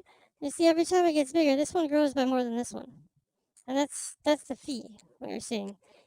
Instead of being an equal amount every time, the user pays a fee. Now here's the thing, when they pay the fee, they put in the big one, they get a slightly less amount out. But every time some other users come in, if you bought here, you can say, or you bought here, you say, yeah, but it's smaller than it should be, but then you're already holding this one, and now there's this. Now there's more for you. And now this one, there's more for you. So it becomes more about when you got into the market, and not and what when you got in and what happened while you were in. The timing of when those things happened does not matter anymore. So the biggest thing I'd say, or there's a lot of really big things with this, but volatility no longer happens because we are just creating the asset when we need it. As money enters the system, we create the asset and give it to the user, right? We exchange it for the value, but our exchange rate is not even, right? And when money leaves the system, it's the same. It's the same effect. It's actually no different at all. So now the users want to get their money back out, right? They take their green thing. They say, give me my stuff back out, right? When they put it here, it doesn't actually go anywhere. It just disappears. We burn it off. It doesn't need to exist, right? Because no one's holding it. So we're not trading against each other anymore, right? We're all just part of the system. When you're holding the green cool thing, you're just part of the system now. You gain as value enters, right? Because users are buying. But as you exit your stash, what happens is we pay you slightly less than the value, which is a fee. So you have the exact same effect. It doesn't actually change, and it doesn't matter if it's a buy or sell, because now the amount leaving from here is less, right? Well, it looks like more, but it's less. Less than we can. It's way less here. I'm just gonna fix the sizes.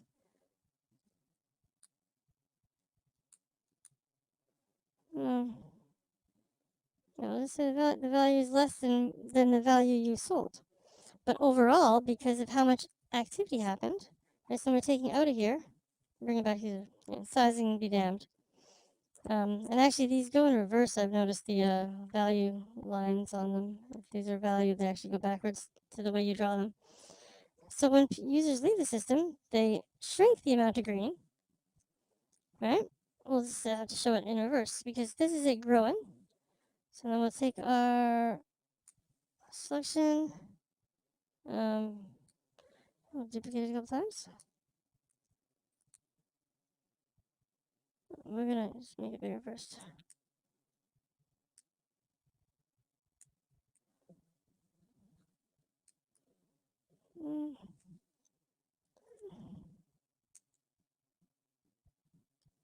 So you have these like larger balls this time because the value is in the system, and we'll say there's an even amount when we start. Now, as the user sells, let's see, it just shrinks this one. As the user sells, this one, the amount he sold, it just leaves existence, right? So it just shrinks, and this one shrinks more, and this one shrinks even more. Alright, so there's only a tiny bit left. So this doesn't matter, we'll get to this in a sec, but it doesn't matter the supply and the price start to be really interchangeable. Let's go here. So we start, the value amount's about the same size. And then here, instead of the value amount shrinking, it only shrinks a little bit. Or it shrinks a little bit less than the other one, right? So there's actually more value per. The same thing here. It actually shrinks a little bit less than the other one. So like the size difference between them becomes bigger and bigger as more people leave the system. So you started out, they were about the same. And by the end of a bunch of people selling, each of these tokens is now worth more real value. This side of the tokens, the value it represents. Activity in a system, either in this way going up, this is icing arrow, this is going up, this is going down, this is like following the chart, right? When you see that, like, it's activity, not buy or sell. It doesn't matter if the price, if the users are buying or users are selling. The end result is the value held by the system changes proportionally to the value of each token, or to the amount of tokens in existence. And it scales infinitely, up until the point where it sucks in all the value. So the big problem with this system is like there's only so much value in the world. So let's just say this is our ball. Like what if this is everything? This is everyone's, all the value in the world. There's a certain point where because we're relying on people to come in after us and activity in the system, well, there's a certain point where people aren't going to want to pump your bags because there's like at the beginning when there's less people in it, it's pretty direct. It's like if the fee determines how many people need to basically come in after you, and it's what you put in proportional to like what's in there now. So like whatever percentage of the supply you own, because it's like we got to think in like part and whole, like parts of whole, not in like fractions. If that makes sense. Or part and whole, and like the part, yeah. That's a side fun topic for later maybe. So we basically have to think like it's about activity and how much we have of the total. So if you have a certain amount, you can like guaranteed profit if you wait long enough. Because the price goes up on sales, right? As sales happen, the price just changes the same way. It doesn't matter. If we flip this whole thing upside down, it would look exactly like this, right? Well, other than the artistic differences, we'll call it. So if we flipped it over, it'd be the same, right? We're just showing this as the price goes up or as users buy, the ratio changes where the value increases more than the tokens in supply or in circulation. And every token in circulation is accounted for by a user. There's no other tokens that exist. There's no reason for other tokens to exist. All right, we're minting and burning on demand. As value goes in, tokens come out. The value goes from one side to the other, inside or outside the contract. But the tokens only exist when value enters, and they disappear when value leaves. And this is like the very base system. So this would be like what's at the core of like the Octolily system, which then I made some changes to how it worked, like to be more fundamentally different than this. And then with the Octodahlia system, we basically made it so it's functional in this manner, but on Uniswap. We do that just by having a couple weird little cool tricks. We end up being able to accomplish this in Uniswap by messing with the amount of supply in the pool, depending on how the activity happens. It's got some huge downsides that we avoid by just holding like enough of the supply so that if everyone else leaves, we'll get to do the annoying thing at the end. It'd be really hard to drain the system with slippage when you're the only one left. Because the reality is, like, whoever gets out last gets the highest price. So you might think, well, why would anyone want to leave? It's because we all have other things we want to do with our money. Now, this could make a really high return system if it takes off. The other thing is what happens when you have, like, the root problem, which we'll call it the 80 million liquidity problem. Like, there's not much you can do. Like if you have 80 million in value sitting there and it needs, like, proportionally more than that, and more than double that to, like, just for everyone to turn a profit, they're not going to want to, people aren't going to want to come into that system knowing that they're going to pay the fee in and and then have to pay the fee out after a certain amount of time. And it's like that time is unknown and long. When the systems are new, like right now, and there's like minimal liquidity,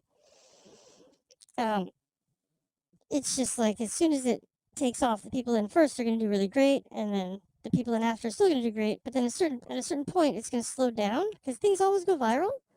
In like the traditional market structure, like things go viral. Everyone buys the top. Things go down, right?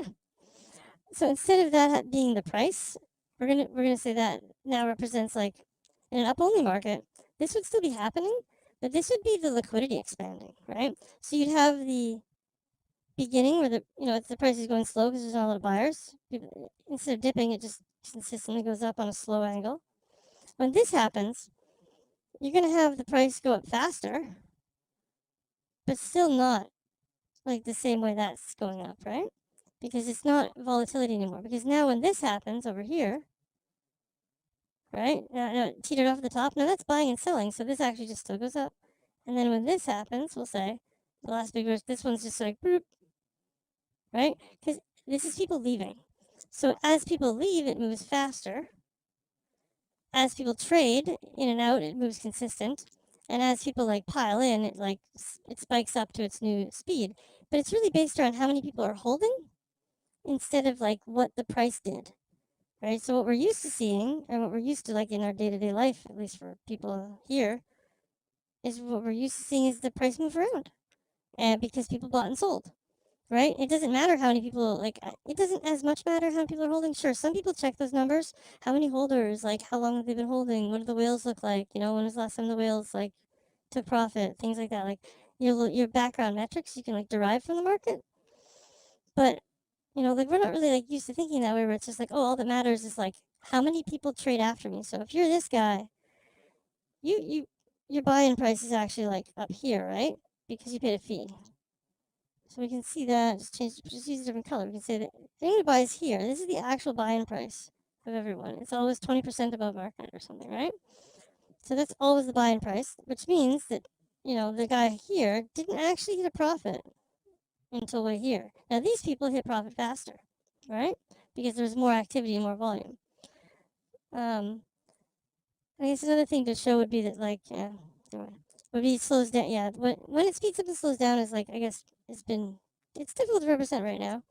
This feels like a really cool whiteboard and almost a better way to do it. Just kind of instead of trying to draw the full map. Like the full map is cool for anyone who didn't see it before. I might as well go over it again. This is a trading pool. This is the elite trading pool, and the difference is the value is missing from the bottom. There's only the current price. Now, as the price changes from people buying, We have to use our vault to arbitrage the price down. We sell some root, take the ETH, we wrap it in our Keth wrapper, then we use it to buy root back from the other pool, which raises the price of this pool and lowers the price of this one. These are our root holders. We use them to see how much they're holding, and we use it to calculate the amount we can take from the bottom of the market. So here we can see basically that the square is supposed to represent like an overlay of like, hey, look, that value can be taken. We would move that liquidity over here, take the value, put it to the vault, use it to just basically buy. Sometimes the users want to do something with their root, so they put it in the X root staking contract or XFBNB or whatever token it is that time. They're all called Rootkit. This makes it easier for me. Ooh, that looks cool. Yeah, I usually zoomed in that much on these things. They would put it in here and they would be holding a different token now. Now that token would increase in value based around how much came in from this fee splitter over here. Because every time there's a root transaction, you can see all these little lines, transactions happening. Every time there's a root transaction, some goes to the fee splitter. The fee splitter does, it can take the value, sell some of it to root, sell some of it back to ETH, or send it off as it is every now and then. And the reason we have this is because we don't want to do like 50 things every time a transaction happens. We want to do them, once. So we collect the value in here, we hit a button, and it feeds the staking contract, the NFT staking contract. Some gets burned, which, because of the supply going down, this box would go up higher. We'd take more for the vault. I should have a line there, I guess. And then some of it goes to like, other payments or whatever, marketing dev. These little guys down there. And some goes to the NFT staking contract. Because at Root we have NFTs, which you can claim from the different things we've done. So depending what you've done or where you were, if you're a holder at certain times, or if you're in an MGE, there's a good chance you can claim an NFT, which, these are all going to be this way, just all the same things. So once you claim your NFT, you can get multiple and upgrade them into a better NFT. You can put them in the staking contract to collect money from the fee splitter. All right. You can take them over here and you can shatter them into a new token. And this new token can then be traded. It's over here, I guess.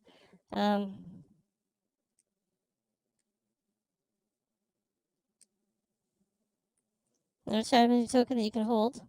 Or you could then sell, which would also send some money to the fee splitter.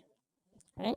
This is a trading pool. There's a standard Uniswap pool we can trade NFTs in our system because it's a lot easier with a lot of them. Now the other up-only concept we're going over can actually do one of ones in a really unique way.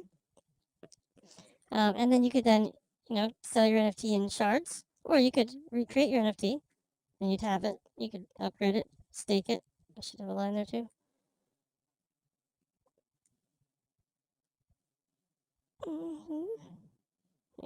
Take your NFT and you go stake it. So there's 7 of these markets. Now this whole thing represents, say UpBnB. So there's also Upcake would be an entire copy of this. And then boom, we're going up. This is some Uniswap stuff. And then we're going up only now. So now we have an up only market that looks different because every time, here we go. We have our pool. And this is how the Octadalia balancing works. Like at a really, I've got giant as I can go. Sec. I need to shrink everything.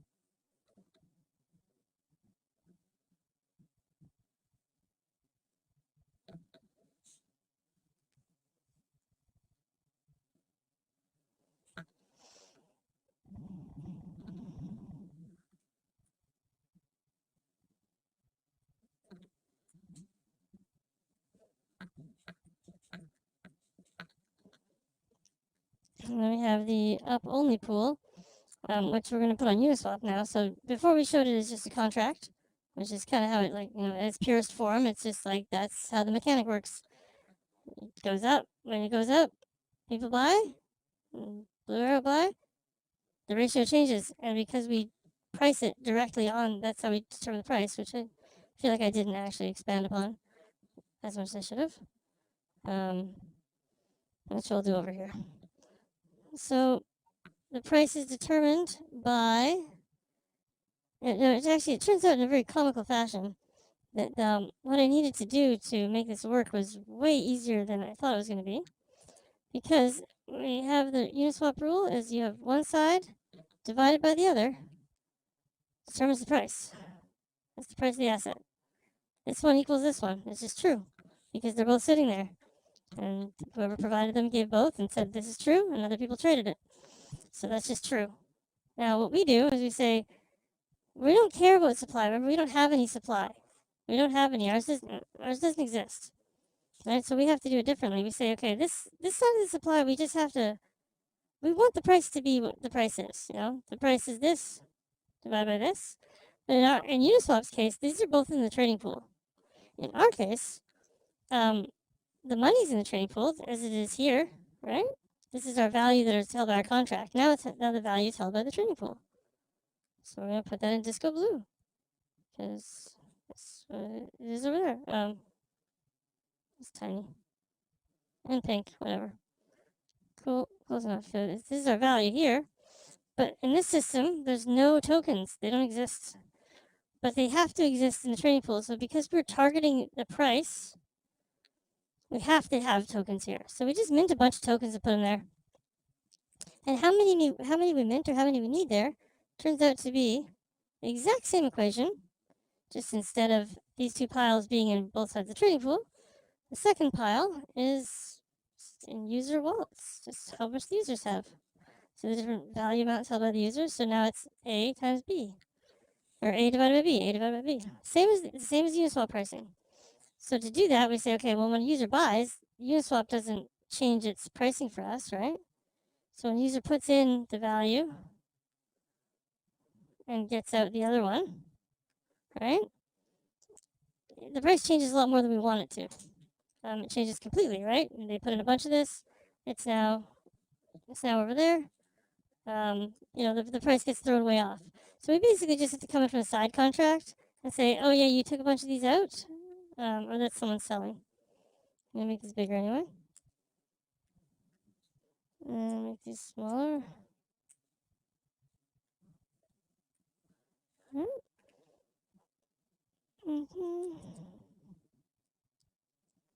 So put the green value on this side. So the green value is not actually here, though. The green value is with the users. We have it like empty. Right? This is just, it has to be there though. So as a user puts in money, this is this pink one right here. So as the user puts that in, right? They still need to get something out. Now we let them take the tokens out of the pool because we gotta get them to take tokens from somewhere. But then we say, so then they have them. But now the price has changed way too much. So we don't do that. So we just have like a second contract. Well, actually, we do as much as we can within. We do some really clever stuff on this one, actually. I don't really want to try and get into it now. I don't remember the details enough to explain it, like without looking at the code again. It was some pretty unique stuff where we have a burn rate that changes itself depending on what the current price is, and then if the price goes too far to line, we have, you guessed it, a square, a cube. Sure, it's a cube. And it's gonna say, hey, I noticed that you took coins out of the pool. Let's just put some back. We're actually putting back almost the same amount. We well, and that ends our stream for VR because it just died. I hope it didn't lose all the work without saving. I feel like it did because that's how things work. It's always terrible in the end. Yeah. Okay, well, at least a couple people stuck around for a while. That's awesome. Just kind of winging it. I would probably do a more.